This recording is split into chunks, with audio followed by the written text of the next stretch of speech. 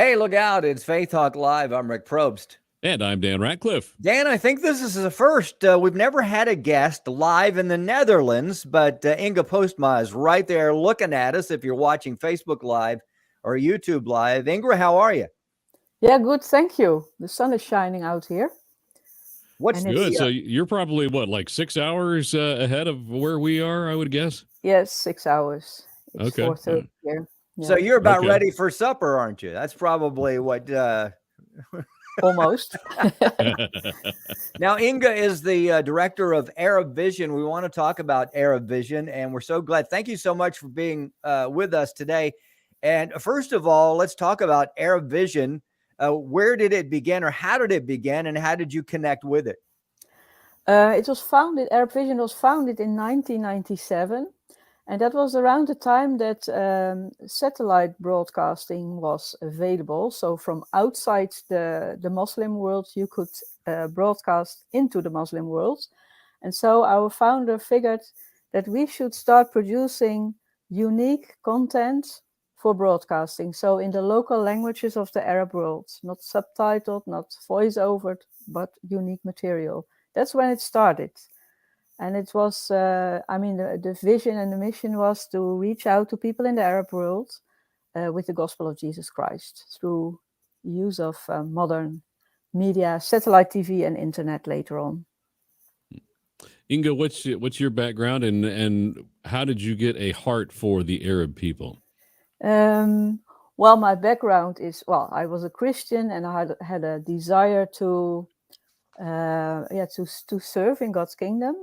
So we went with our family to the Middle East in 1995 and to serve the Arab people there.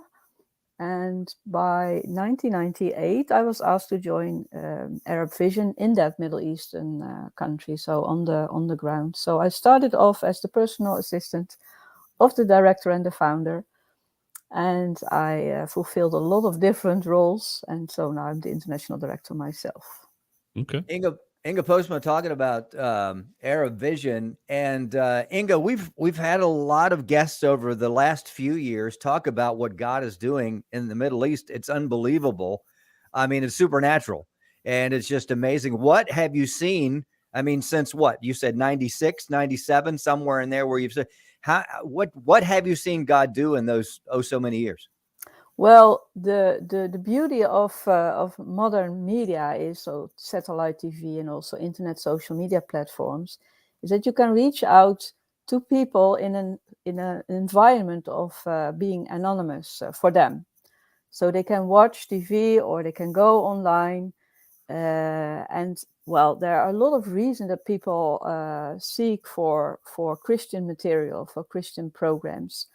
Either they have seen visions or have had dreams, and they all of a sudden find out that the person that is described in your TV program is the same as the person they saw in their dream or their vision. And then they find this is Jesus. Wow. For example, this happens, and I guess you have heard that a lot as well.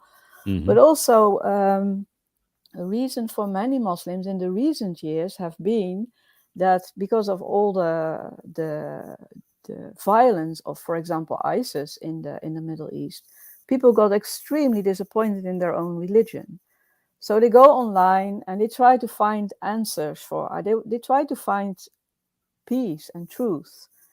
And so they find Christian material, Christian content in their own language, shared by people from, Tunisia or Yemen or Saudi Arabia, or so it's their own people sharing this message, and that triggers people. And so the big way that you guys are able to get the message in is through satellite and through technology and things like that. Talk about some of the programs or whatever it is that you produce to distribute there. Well, we produced content in the languages of the different countries. So there are 17 Arabic dialects. So each country has its own dialect, like Moroccans talk different dialect than Tunisians or Egyptians or Iraqis, for example. So, and there's a variety of sorts of programs that we produced. So we do dramatized programs, like, for example, we a few years ago we did Women in the Bible. So we portray women from the New and the Old Testament and show them how God dealt with them, show them how Christ values them, for example. And then we have some sort of a devotional, and then people are invited to respond. A similar sort of dramatized program series we are now producing for youth. So we take young people from the Bible and tell their stories in a dramatized form, and then we show them as a role model for youth now. So Christians as well as Muslims as well as atheists, because there's a growing number of atheists in the Middle East. So show them, like, you are a valuable person, and really the youth, the young people have the future. So they have the future in the church, in society, in family life, and they're really important in God's eyes. We have a lot of Bible study, teaching. We have a lot of discipleship programs, but also social programs to challenge society, but also governments to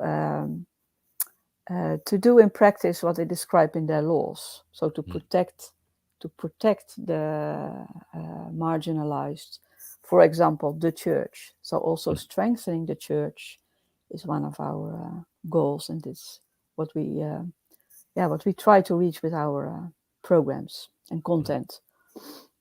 Inge is the director of Arab Vision. We're talking about Arab Vision, supporting Christians in the Arab world, both in their spiritual journey and the efforts to transform society. She is right now in the Netherlands at her home, and we appreciate her time. So they get to view the programs, and then through social media, and then once they have, let's say they've connected with Christ, do you have folks on the ground where they are that can take care of them? How does that work for you guys? Well, first, we have people online. So we have our own follow-up teams. So people connect mainly through Messenger. So they connect in a private environment to our follow-up people online. And so they start their journey. Like, I mean, wherever the people are, our people try to be with them, either to take them by the hand and lead them to understand Jesus Christ better, or the Bible better. Or if they've already made a decision, they try to pray for them, they disciple them, they read the Bible with them. And then if they are based in Morocco and our team is based somewhere else in the Middle East, we also try to connect them to networks in the country where people are based. And of course, ultimately, we would like them to join a Christian community on the ground. And sometimes there is no Christian community on the ground, but there's also online communities, online church. So there's a lot of opportunities for people to join a fellowship of believers, or to join a group that can, help them take the next step on their journey. Inge, how can folks who are watching now help out if they feel led to help Arab Vision in any way possible? How can they help? Well, prayer is a main thing. I mean, there's a lot going on in the Middle East, in the Arab world. Much more, I believe, and we have a lot of Muslims here in Europe, in our country as well. And it's very hard to reach out to them because we are secular countries here and we don't live our faith out so much. But in those countries, people are really eager to find truth, to find food for their lives. So prayer is a very important one. And then we work on project basis mainly. So we do a production. We maintain a Facebook page. We have our follow-up people. So if people can contribute to that, I mean, if you are interested in counseling women or discipling youth, well, you could go to our website and find our contact details, and reach out to us and ask what sort of project are you doing at the moment, and maybe it triggers people if it's about especially for Yemeni people, or specifically for Algerian people, For example, in Algeria, many of the churches that are existing are being closed by the government. So we need a lot of support to reach out to people, by prayer and by financial support as well. Yeah. Okay. Inge talking about Arab Vision. You can go to arabvision.org to find out more and be a part of it. Inge, we appreciate all that you do. Thank you for your story. What a great story. And we'd love to talk to you again. Thank you so much for having me. Blessings to you. Again, you can go to arabvision.org and find out what's going on. If you can be a part, do that. We're going to take a break. We'll be right back. I'm Rick Probst. And I'm Dan Ratcliffe. This is Faith Talk Live.